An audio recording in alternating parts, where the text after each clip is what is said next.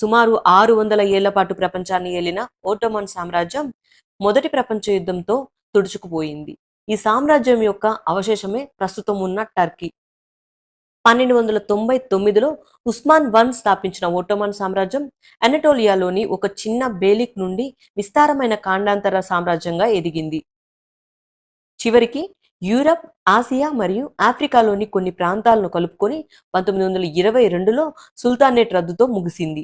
ఓట్టోమన్ సామ్రాజ్యాన్ని సుల్తాన్లు పాలించారు.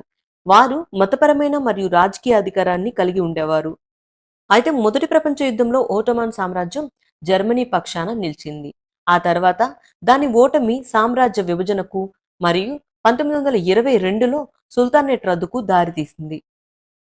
అయితే 1923లో ఓట్టోమన్ సామ్రాజ్యం ముగింపును సూచిస్తూ ఆధునిక టర్కీ రిపబ్లిక్ ప్రకటించబడింది. కంటెంట్ నచ్చితే ప్లీజ్ సబ్స్క్రైబ్. ఫుల్ వీడియో కోసం కింద ఇచ్చిన లింక్ ని ప్రెస్ చేయండి.